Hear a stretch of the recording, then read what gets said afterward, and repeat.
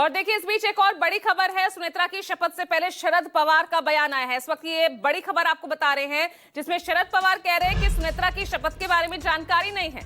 सुनेत्रा की पार्टी ने यह तय किया होगा। शपथ ग्रहण को लेकर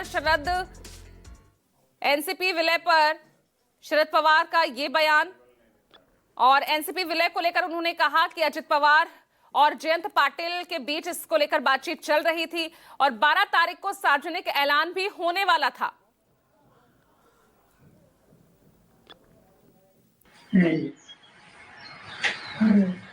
तय किया होगा तो उनसे पार्टी ने तय किया होगा। और जो अखबार में आया है, इसे लगता है कि पार्टी ने कुछ तय किया है, क्योंकि कुछ लोगों का नाम आया है, जैसे प्रफुल्ल पटेल, जैसे तस्करे, जो उन्होंने इनिशिएटिव लिया है। चलिए इनसे पार्टी ने इंटरनल कुछ न कुछ तय किया होगा। तो बता दें आपको, इधर बारामती में शरद पवार के घर बैठक चल रही है और इस बैठक में सुप्रिया सुले, रोहित पवार मौजूद हैं। राजेंद्र पवार और युगेंद्र पवार भी इस बैठक में शामिल है।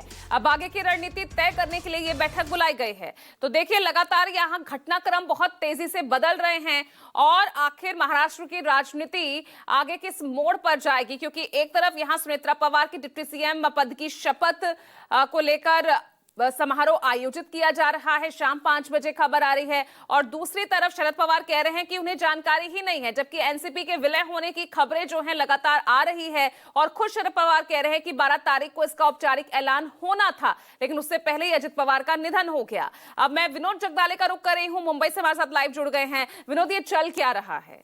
ऐसा कैसे हो सकता है कि सुनेत्रा पवार, मतलब जो एनसीपी जो विलय की तरफ बढ़ रही थी, सुनेत्रा पवार डिप्टी सीएम पद की शपथ ले रही है और जानकारी यहां पर शरद पवार को नहीं?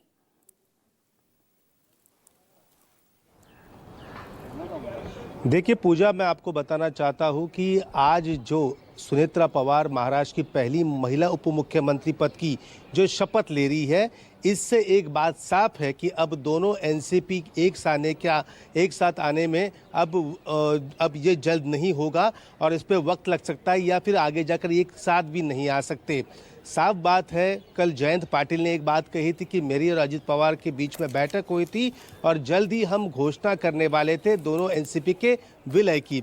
इसके बाद ही राजनीति तुरंत शुरू हो गई। पार्टी के 3 बड़े नेता छगन भुजबल, सुनील तटकरे और प्रफुल्ल पटेल महाराष्ट्र के मुख्यमंत्री देवेंद्र फडणवीस से मिलते हैं, उनसे बातचीत होती है, शपथ विधि के बारे में बात होती है और तुरंत वो इसके बारे में फिर मीडिया से भी बात करते हैं और तुरंत महाराष्ट्र के उप मुख्यमंत्री बनने के लिए सुनेत्रा पवार भी हामी भर देते हैं।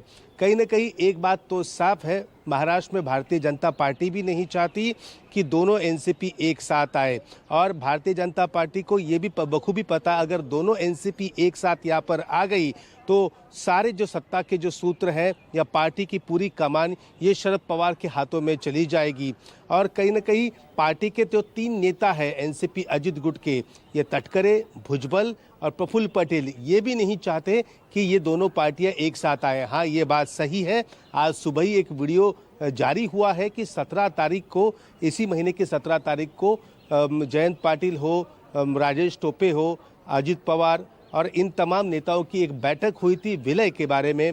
खुद शरद पवार ने कहा था कि 12 तारीख को घोषणा होने वाली थी जिला परिषद चुनाव के बाद एक साथ आने को लेकर, लेकिन अब सुनेत्रा पवार का उप मुख्यमंत्री बनना ये साफ बताता है कि अब दोनों पार्टियों का विलय ये अब लंबी बात हो गई है, मतलब ये जल्दी अब नहीं हो पाएगा।